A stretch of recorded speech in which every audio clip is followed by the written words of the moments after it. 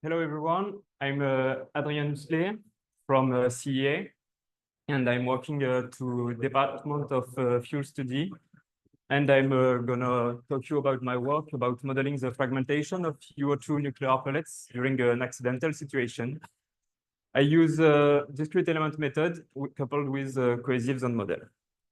So my subject is about studying UO2 ceramic fuel pellets, which are inside the zirconium alloy cladding, and the rod which formed by the pellets and the cladding is pressurized by a filling gas. During the irradiation, the normal irradiation, there is an early cracking of the pellets due to higher temperature and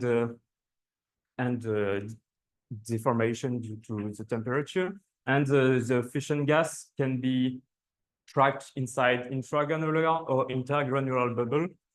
And these bubbles can intercalate through grain boundaries. And furthermore, when there is much percolation, they can be released inside the rod and increase the temperature, the pressure of the filling gas. During the accident, there is a drop in the containment pressure, which higher the temperature of the global system. And with this rise of the temperature, there is an increase of the internal pressure of the rod due to the higher temperature and the different gas releases. So for my work is to better understand the behavior and the fragmentation mechanism of PWR fuel pellets during the LOCA situation. And the fragmentation of the fuel can be due to different causes through irradiation with intergranular fission gases, and through system effects, we can be cladding deformation due to temperature, or plenum pressure, which is the pressure inside the rod, or kinetic events in the event of the cladding burst. The objective of my work is to improve the modeling of pressurized cracks and their propagation mechanism, to improve the understanding of the interaction between pressurized cracks, and to determine the impact of cladding deformation up the fragmentation and the fuel relocation in the event of cladding burst. In this presentation, we're gonna talk about the first 2 points.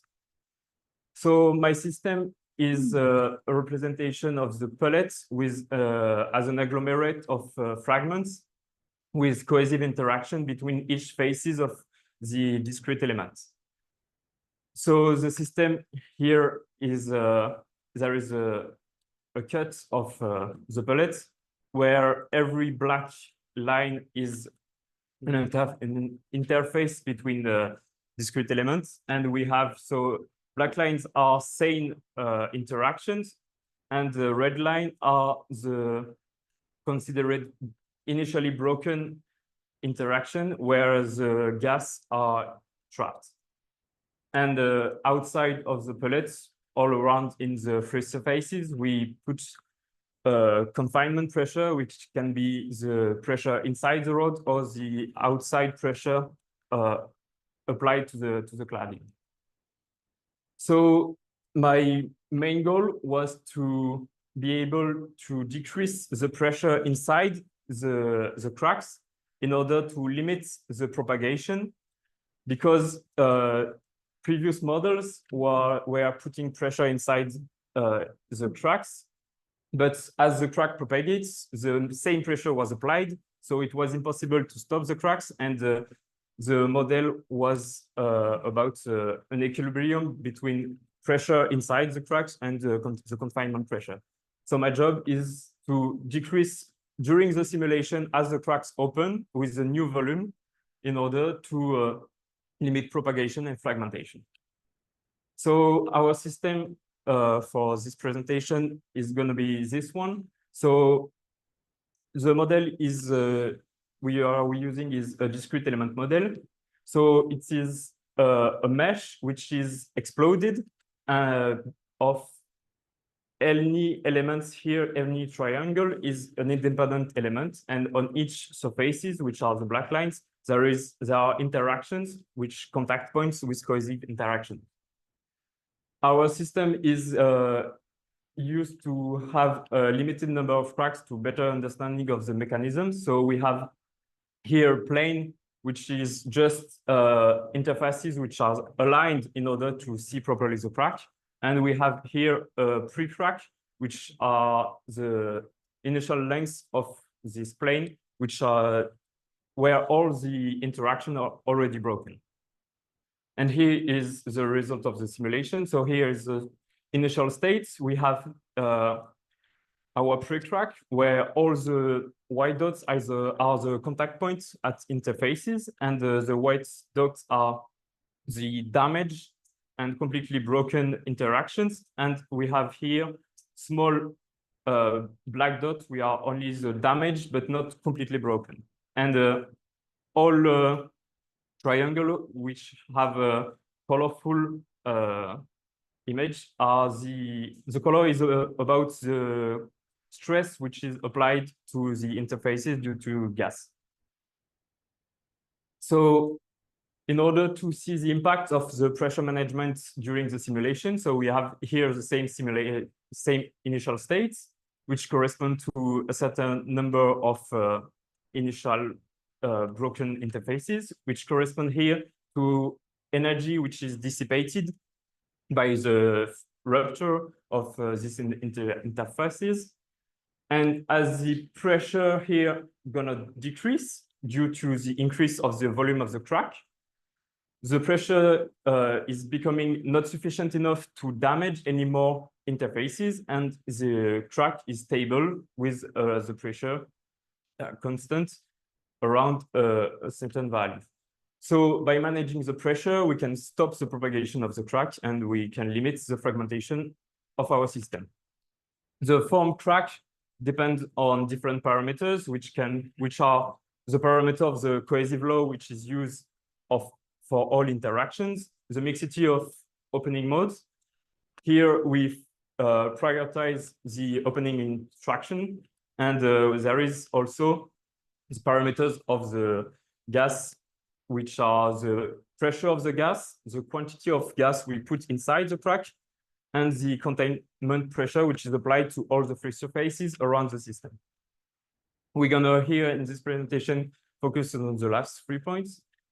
So the impact of the containment pressure. So we see all around at the free surfaces the containment pressure applied, and we have a system which are considering the same length and the same pressure and matter quantity of gases inside the crack, but the pressure of the containment pressure is different, and the propagation becomes twice as large for the lower pressure of confinement.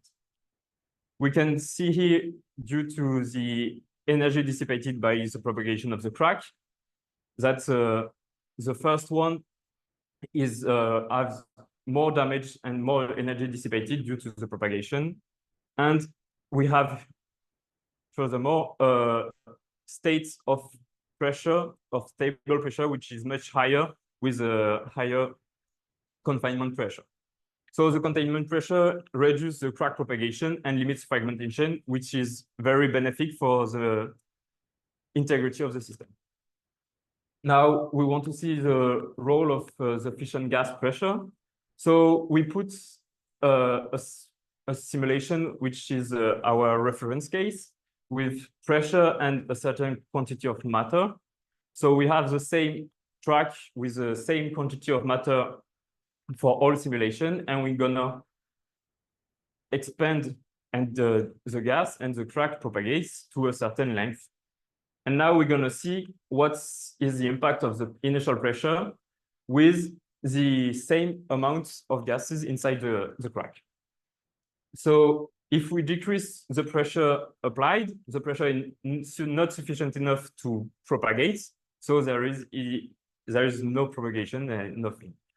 But if we increase the pressure, as the matter quantity is the same and the volume of the crack increase, so the pressure decrease, and we have a final stage which is almost the same length, but with a little bit more damage out of plane of the crack, and the propagation is controlled by the quantity of matter because due to the decreased pressure method.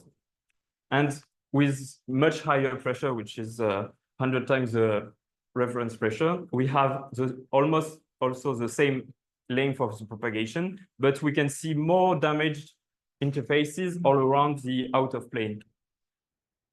So here's a summary of the simulation. We can see that if the pressure is not enough, there is no propagation, but if the pressure is higher, there is more kinetic initial energy, but the matter quantity is the same, so the length of the propagation is almost the same. And we have here in the energy dissipated graph, we see that the out-of-plane damage of the interfaces show a much higher dissipated energy due to the different damage.